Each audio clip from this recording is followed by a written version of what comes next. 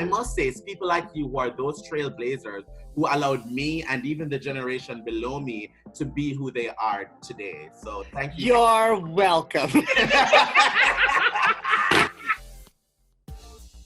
Okay, 5, 4, 3, 2, 1.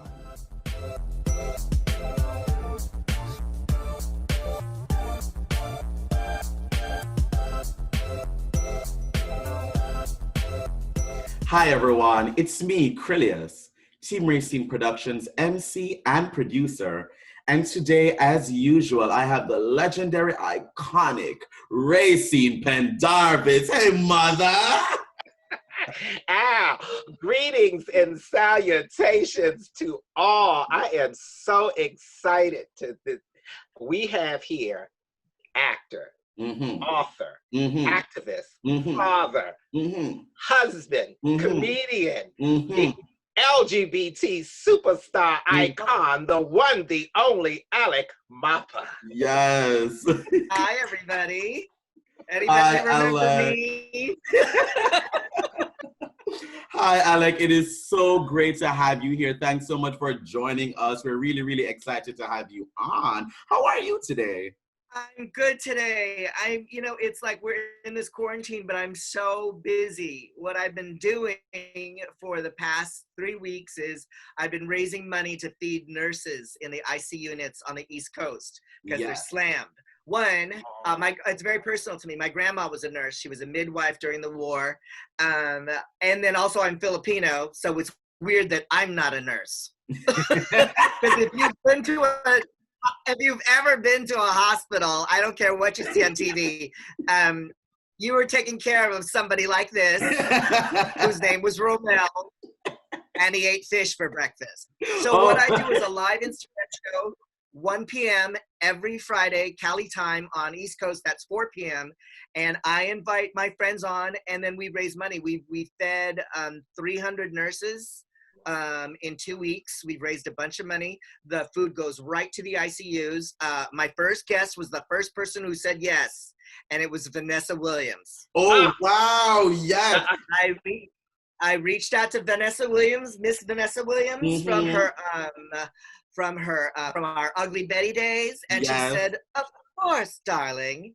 And so what happened was, I'm so technically challenged, so I was like, okay, let's see, she's in the waiting room, I'm gonna press, and then she came up fully lit, full beat, hair done, and my reaction was spontaneously gay. I went, yes!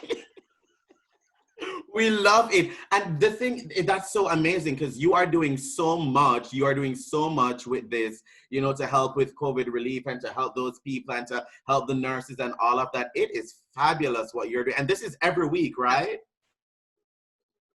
This is every week, Friday at 1 p.m. And then I also have a gay dad cocktail hour, which is like hanging out at my house. Yeah. So and then all my friends. I need to join that. I'm a gay dad and a gay grandma. Yeah. So everybody comes over to our house, and I'll tell you about that before the show, but we've just been raising a lot of money. I think what this quarantine is teaching us is that, we're not separate from each other. I mean, the people who are marching in the streets and the people who are saying that this isn't real and I want to get a haircut and this is fake, they're saying that I'm not a part of this. I'm not a part of humanity. And despite all of the evidence that's been shown to them, despite all the deaths that are mounting day after day, they're going, oh, this has nothing to do with me. Yeah. I'm a rich white person. I need a haircut. I want to get a beer. You know what I mean? Yeah, exactly. Listen, I married a white guy, so I can say that. I know, we know. Well, it works well. I have 2 roommates here. One is Filipino, just like you, and one is white. So it all works out. Well. It's a multicultural house that I live in right now. Well, how are you all dealing with it? How are you all taking care of yourself? I'm in the nation's capital. I'm in DC, so we're on lockdown. And I really appreciate our mayor for making sure that the #1 priority is the resident safety. Yes, And that's so, I mean, of course we're all going crazy, but you know, we maintain, if you have a family, which I do, and I have a large family, children, grandchildren, great grandnieces, great grandnephews. So I have I'm one of my mom's caretakers. So I have a house full of people. I'm always working. If I'm not on Zoom. You might be Filipino. Yeah. If I'm not on Zoom, I'm Florence Nightingale. So, I mean, but you know, speaking as a parent, how are you coping? Because you have a young child in your house. Well, not that young anymore. He's 15. Yeah, so a school age. He's 15. He's twice as big as me. He thinks he's grown. Mm-hmm. And that's what they all are at teenagers. They're like, I'm young, you wouldn't understand. We invented fashion, fucking, and music. You would never. And I'm like, don't you? We've all been through it, you know. It's like we were all young once, and you know, I still think of myself as young, even though my birthday. I know, but I never, you know, I thought that I'd be exempt from that being a queer dad. I thought, oh, he doesn't think I'm cool. He doesn't think I'm cool. Yeah. But you know what? It's where he's supposed to be, and it's what they have to do in order to move on and get out. Yes. I mean, when you think about your career, I mean, you have maneuvered in a world where folks come in and out, but your career has been this stellar career. I mean, you have constantly throughout the time that you hit and running. I have not looked on TV or looked on film or seen you not on stage. You are constantly doing. So what are you working on? So tell us all the things that you're involved in right now. Well, it's, you know, this is how it starts out. When you come to LA, you got to get everybody to trust you, right? Mm-hmm. First of all, you got to get an agent who's going to get you in the room. So I came to LA in the 90s where Asian people were just like, this was us in the 90s, Asian people. We were like, so, you know, so I was always, this was my role. Can I get you a cup of coffee? Mm-hmm. I don't know, your reservation doesn't seem to be in the system.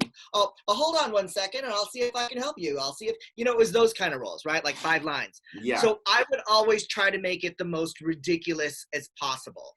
So I was in a pilot one time where somebody asked me, where can I get this tie? Mm-hmm. And I came up with this whole thing that I'm the most incompetent person there. It's my first day at work and I'm afraid of getting fired. Go. So ask me, where can I get this tie? Where can you get this tie? Where can I get this tie? That tie, let me see. I think it's, here it is. My line was, here it is, but I turned it into a 3-act play. So that's what I would do every single time. And then, so whenever I came around again, they would give me more to do. And then they would give me more to do. And then they'd give me more to do. And then all of a sudden, it was less hard to get into the room. You know what I mean? It's like, we know Alec, we trust Alec, we worked with Alec. Half and Half started out as a guest starring role. Mm-hmm. And I did the same thing. I acted the fool. And then they brought me back. And then they brought me back. And then by you even wrote for the show. Yeah, I even wrote by season 3, I was a series regular. So It's really kind of like when you're a person of color, when you're different, when you have to make your presence known. Yes. And you do. And you, every time a role is given to you, it's that unforgettable moment. It's like you unforgettable. You are so full of life and you become the scene stealer. But did you know, going in, because you're so open about your life, who you are, you have now become such a big role model for so many LGBT youth. Definitely. Yeah. I mean, for myself, you know, growing up as a child in the early 2000s, my first exposure to you was on Half and Half, you know? So, and I was like, oh yeah, I was that sassy little gay kid myself. And, you know, and it's tough to be gay in Jamaica. Oh, girl, listen, you know, there's a reason I'm right here now in DC. No shade to Jamaica, I love my country, but you know, tea is tea. It's a beautiful place, but I mean, it's not really friendly to people like us. Yeah. Why do you think that is? religion or religion. It has a lot to do. It has a lot to do with religion. You know, we were colonized and we were a colony of England till 1962. You know. Yeah. And so because of that, and it's never left. It's never left. They took it and ran with it. And so it's still a problem there. Of course, it's getting better, but getting better like by 0.0001% every year. So negligible, but it's is much there different. pride in Jamaica? There's a pride now. This August, I guess since with the pandemic, it's probably changed, but every August they have one now since 2015. So that's cute. And what is that? Is that, do you kind of like go down the street in a tank?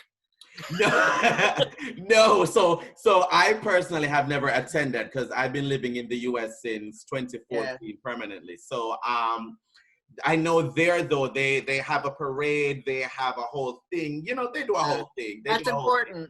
They're protected by the cops there. They're protected by the police for pride. Those people are the real heroes. Those are the people who really change hearts and minds. A couple of years ago, Uganda, which is fiercely homophobic, had their first pride, and it was literally like 20 people.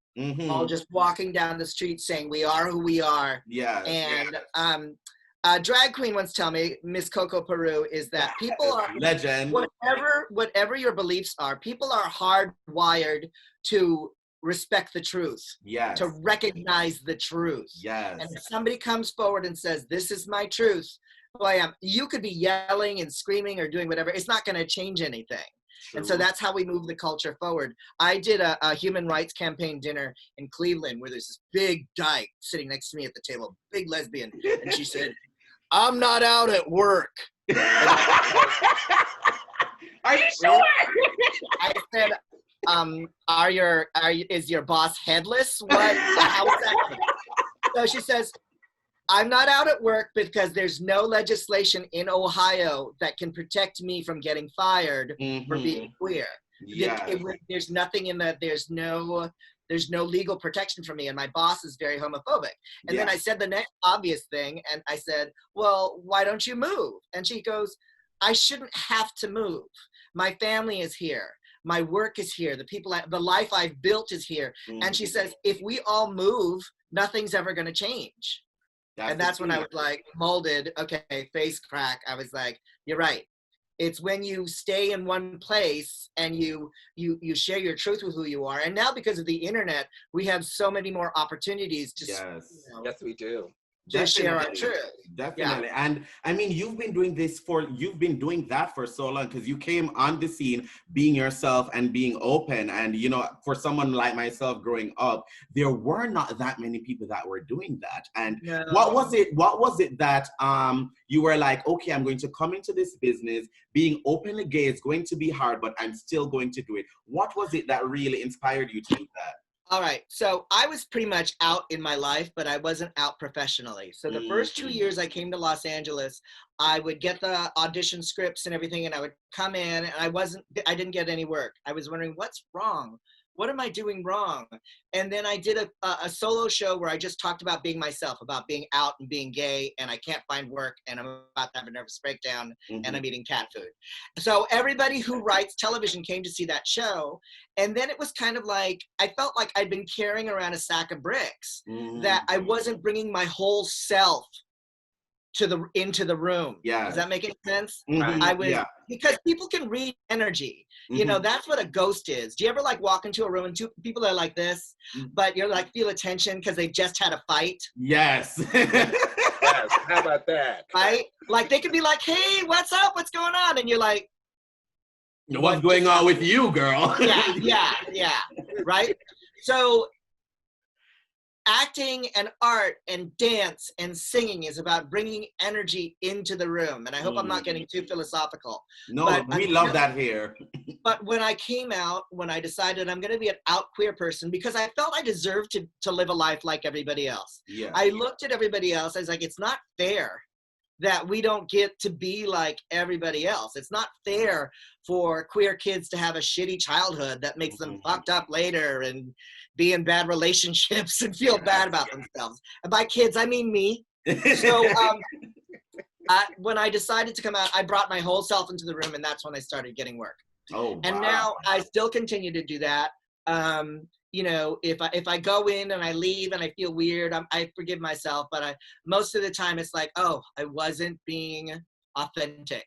I wasn't being, because the thing is, like, they say, you know, how do you survive in Hollywood, and how do you compete against so many people? And it's not a competition if nobody else can do you ever.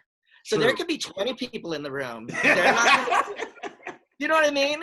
They're not going to do what I'm going to do in the same way that I'm not going to do what they're going to do. You know, so if you're the only you, you're the best at being you. Just be you. Because the things that you're most embarrassed about, or most kind of like unafraid to share, those are the things that you need to share out loud, because it's a bigger deal in your head than it is in real life.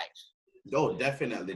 And you know, that's such great advice. And that's something I personally had to learn over time, because I feel like there was a time in high school where I felt like, you know, people, I was always myself, but there was a time in high school when I felt intensely judged, and I started playing down a part of myself and everything. And it wasn't until I realized that, bitch, you can't do that. Like, you have to be you. You have to, you know, get your life. You know, that's the only way you can succeed and be happy and really do everything that you're supposed to do. So it's but really, as queer people, we aren't raised that way.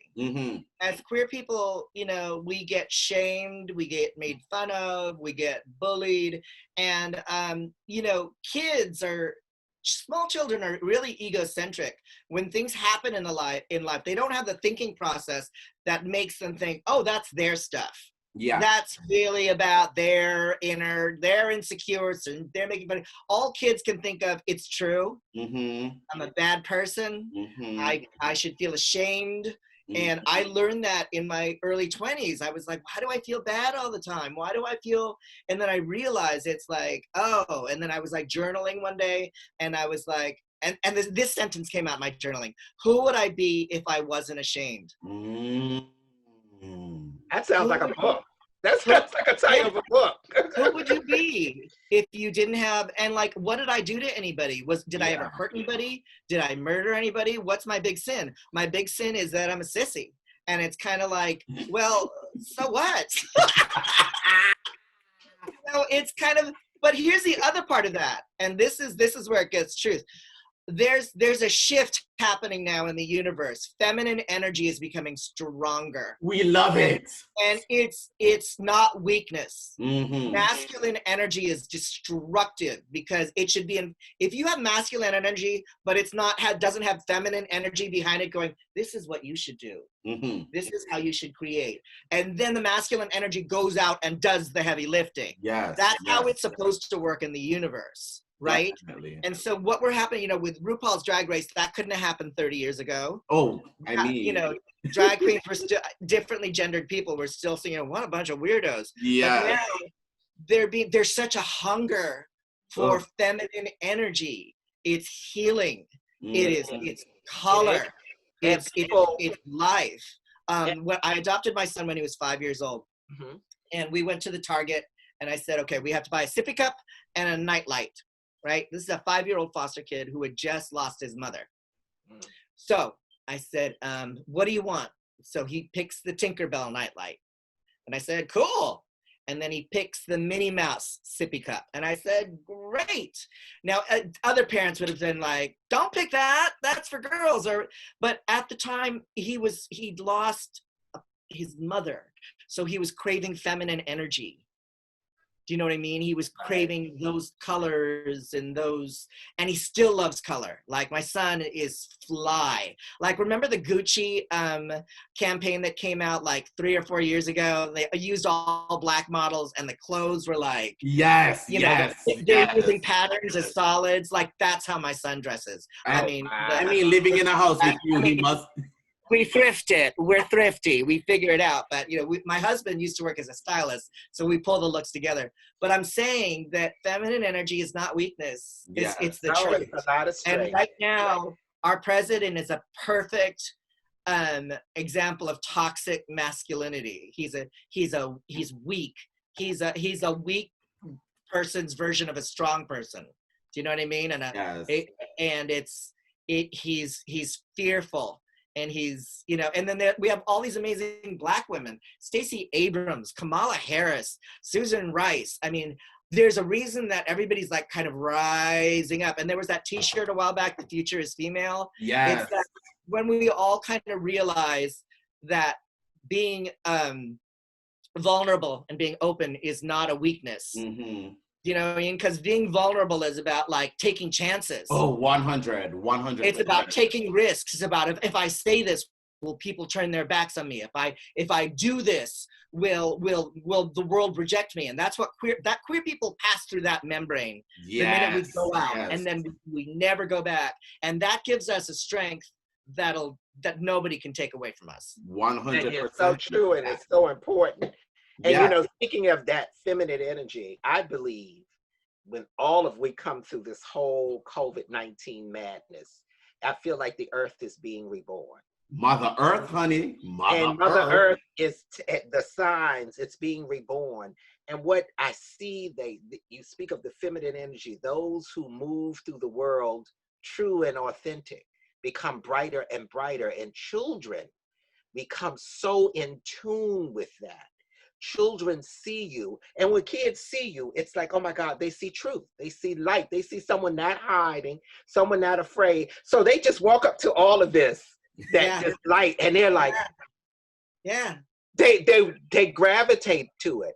And folks who try to shun them from that light don't want them to see truth. And it's really sad that when we accept who we are, when we finally understand that light and that all of what's in us, and when we walk and maneuver through the world, and folks who try to shelter us or try to hinder us or try to block that light, but children gravitate to it. They see you immediately. They clock you immediately. They clock you immediately. Yeah. And they're afraid. You know, they can be afraid, and because it's. I mean, imagine as queer people, we grow up, and before we come out, our entire belief system is challenged. I grew up to believe that this is wrong. I grew up to believe that I'm a bad person. You know what I mean? And then you have to break away from that. And I think that if you really believe that, and that challenges your perspective, and that's a scary thing to do, because, you know, people hold on to religion because they want certainty. I want answers. I want to feel safe. But it's like, my husband's parents are super religious, but the minute they realize that I can still love Jesus and love you, I can love what I don't understand, we became so close. You know, we're so close. And I think that's the other part of the thing, is like when we shut each other out, they're missing out on us. And we're missing out on them. How about that? 100%. And you know, we're missing out on those families, those religious families. I mean, I did a show where I traveled all across America, where I was myself, and they always had this moment when we met where they were like that. But the minute I made them laugh, we were friends. Yes. The minute you make me laugh, laughter is healing, and what you do is healing. And if I don't say this to you, I just want to say what you do and how you maneuver and the roles that you take and the authentic energy that you bring to them. I know that 100 years from now, when folks look, you will be in our history books of one of those people that they look back and say, you know what, he was true, he was authentic. And when you talk about icon, you're gonna be there. You'll be there. Well, we can only hope. You will be. We can only hope. You will I'll be dead. It won't matter. Well, it already matters. It already matters. But it does. You know, we've done so many of these interviews. And we've met so many other queer people and queer performers, queer entertainers. And I always say this because I feel like I'm from that generation that was a child in the 90s and the early 2000s. And those queer people that I saw on screen, on stage, with music, everything, they just meant so much to me as a queer child that had to hide himself growing up. And so even having the opportunity to know that now I'm doing my career and I'm able to interview people like you and to interview people like that, like, you guys are my icons. So you're already icons. If the world doesn't say it, I will say it, honey. Like, you guys are already my icons. But you're part of that legacy too, because the teenagers now don't give a shit. They don't give a shit about all of my son's best friends are trans. I mean, they're really militant about it. You know, these are my pronouns. These are, meanwhile, I was like, hi, everybody. Yes. Oh, yes, very that. I remember when I just started Howard University and the year group. That's where my son wants to go. Oh, well, let him come. Howard is that world. We have the oldest LGBTQ organization that's any historically Black college or university at Howard in America. I didn't know that. Yes, we do. Yes, we do. And it's Will called you make Cascade. sure before email me all your info, both of you, before this, because we were supposed to come to DC in October. Yes, if we're allowed to travel. I would love all of us to get together and for you to meet my son. I would love that. Definitely. That sounds amazing. That sounds amazing. I would definitely love to do that, you know. But as I was saying, back there at Howard, when those year groups came in after me and I saw them, you know, trans people, queer people, everything, and they knew who they were, they stood up in what they believed, and they were this militant force of queerness. And I was like, girl, bitch, I thought I was giving that. But y'all younger people, y'all are really giving it to us. And it was just a beauty for me to see. It was just a beauty for me to see. So I must say, it's people like you who are those trailblazers who allowed me and even the generation below me to be who they are today. So thank you. You're welcome. If my terrible childhood did that for you, you're welcome. I was speaking to Miss Janet Mock last week. Yes. Executive producer, writer, director of Pose, Hollywood on Netflix. And in her book, I don't know if you read her book, Redefining Reality. I did. We did. Growing up with two drug-addicted parents, moving from house to house, getting her ass kicked in Texas, getting her ass kicked in Hawaii. And then for her to still keep rising and rising and rising and rising in her own power. One, that tells me that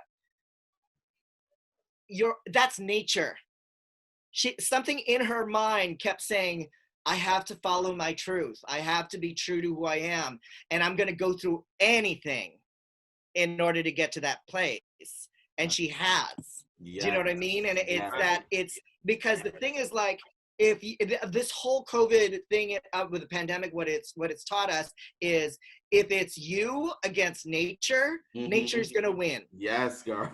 Every single time. Every time. Queer people and trans people, you know, they could try to, you know, pave us over with cement, but that one blade of grass is always gonna come up and be like, girl, and that blade of grass cracks it all up. Cracks it all up, no matter what. No matter what. So I think as the world becomes more accepting of queer people, and as hearts and minds change, it takes as long as it's going to take. Let's face it. You know, I've met senior citizens who were institutionalized and got shock treatments from their own parents. You know, there are still teens who are being sent to conversion camps. Yes. There are still trans and queer kids being kicked out of their homes. You know, it's all we have is our story, and our story is our truth. And you share that with as many people as you can.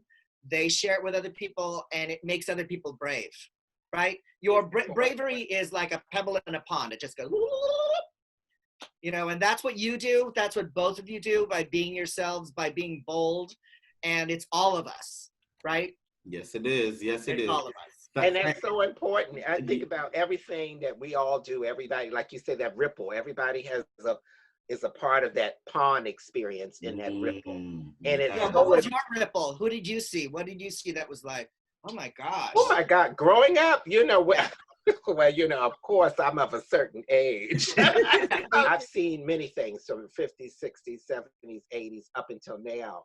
And I think it's so important to see and understand. That's why I'm so important with young people, like reaching back and coming back and pulling Krylios and taking him on this journey with me teaches me that folks did it for me, and I have to do it for him. Yeah. So having this experience, and that's mother. That's you know, mother. You know, and I have these experiences because there were people will never know, those who, because we didn't have characters on television. We had folks who were one-dimensional, who gave you question marks. We had the folks who came on and you were like, Yeah. But you weren't too sure. Paul Lynn or Charles Nelson Riley. Right, yeah. Paul Lynn, the fabulous uncle on Bewitched. Yeah. It was always fabulous, you know. But we weren't too sure. It wasn't quite a name for him.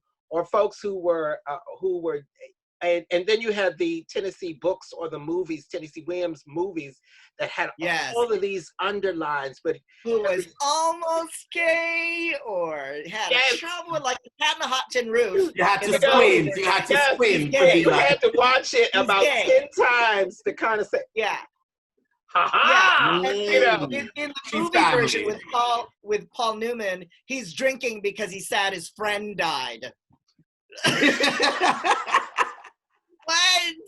You know, and coming up, you didn't have those, but then you had these brave folks who I met on my journey: the Avis Pendarvis, the Dorian Coreys, the Pepper LaBelle. Oh, Dorian! They had a whole Pose episode that was based on Dorian. Yes, so you meet these brave warriors, and you meet these trans women and men who are brave, who because of the things they experienced, they took you under their wings to make sure that you would walk along a straight path. Yeah.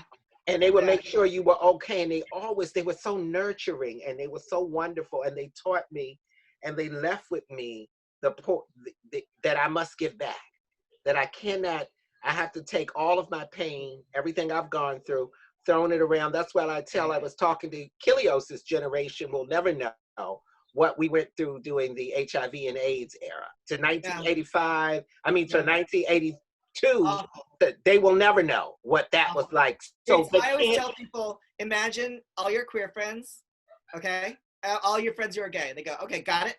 Imagine them all sick and there's no cure and they all die. And they're like, holy shit. I was like, that's what it was like. Yeah. You know, and for me, growing up, I grew up in San Francisco. I worked in a really queer restaurant in Pacific Heights where everybody was themselves. And as a little Catholic gay boy who was like ashamed and, you know, shy and everything, to be in a restaurant full of queens who didn't give a shit what anybody else saw was shocking to me. It was like, nobody's yelling at them. Nobody's punishing them. Nobody's calling them a faggot. Nobody's throwing anything at them. And that made me feel like, and then that generation all died. They all passed away. All my mentors passed away. And it's kind of like, it would be an insult to all the love and truth that they gave me if I didn't do the same. Do you know what I mean? Because I'm right there with you. I am definitely right there. I have taken that journey. We have walked it together. And I'm taking it from you guys and, you know, trying to do the same, especially from where I am. And I've had people reach out to me that are still back in Jamaica just to let me know that, you know, they see what I am doing and they feel so empowered by it. And that just gives me the joy to continue to do what I am. Don't you love that? Oh, yes, I do. 100%. Yeah, like I've been doing this fundraiser and it's just on the phone and I'm just talking to Vanessa Williams. On May 29th I have Loretta Devine and Cheryl Lee Ralph. I've got 2 out of the 3 of the OG Dream Girls. Dream Girls! Oh my God! Look, I always tell people I was the 4th Dream Girl. I got pregnant and they had to kick me out the group. Laurel, where's my dress? Curtis was supposed to love me. Curtis was supposed to love me. There you are, Effie. I've been looking all over.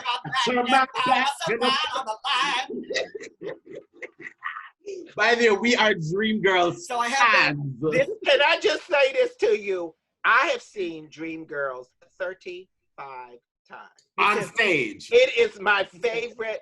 It's my favorite show. Same. I tell him. Loretta Devine invented so many of those line readings of, you got the same dress I got? You got the same wig I got? Then shut up! Yes! Or they said they did this during one rehearsal and it stayed inside the show where she and Effie are fighting and she goes, you're impossible. You know that when you did the scoop up? That was something they came up with in rehearsal. Wow. I love it. I love it. I tell people the backstory on that. I remember a friend of mine inviting me because her uncle was a money man, and he you know, funded plays and stuff. She said, well, it's this Project 9 that they're working on that they want to take to Broadway. Yeah. And she told me about that, and she snuck me in, and I was on the side to hear the reading. I will never forget that. And lo and behold, Project 9 became Dreamgirls. Oh, so I was like, yes. You were at the reading? So in the you know, version, so I tell people, in the original version, Effie doesn't come back. Yes, I know. And then it was like, people were like, I was like, that was Nell Carter's thing. Thank God she got give me a break. You know? Okay, I have something to show you really quick, because this was my point that I was trying to make.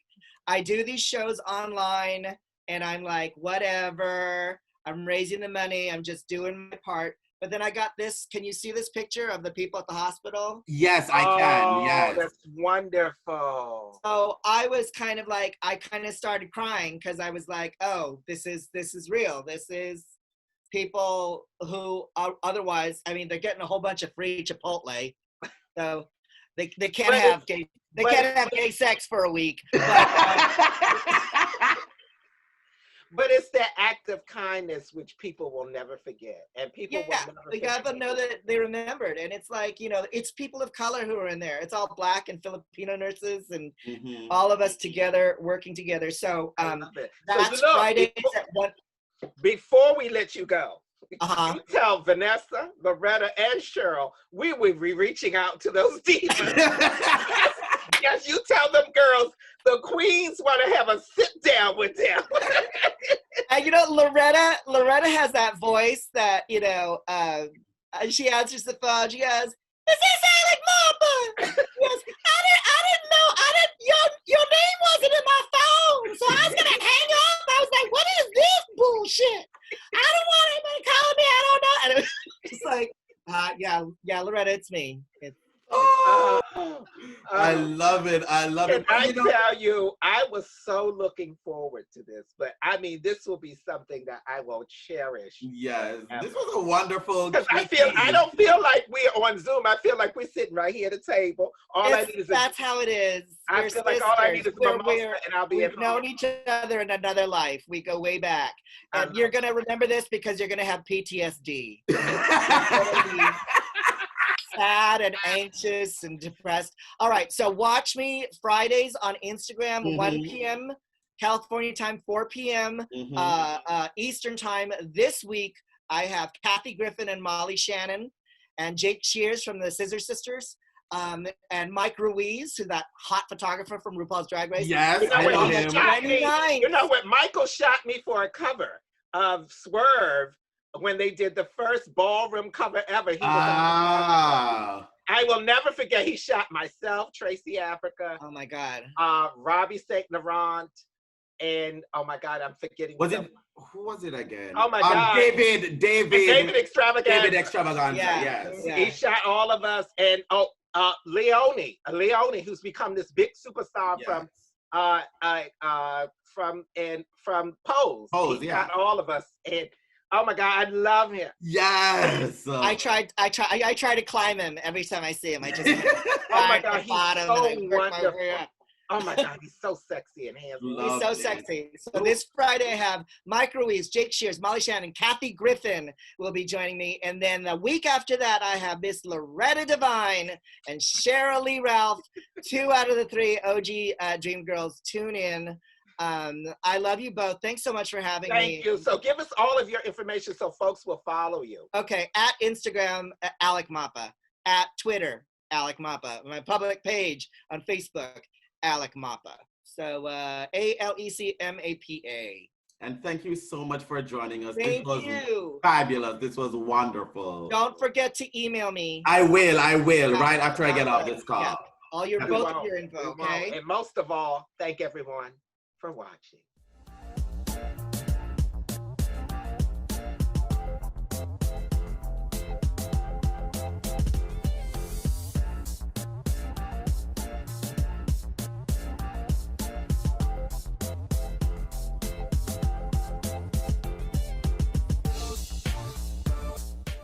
Pose.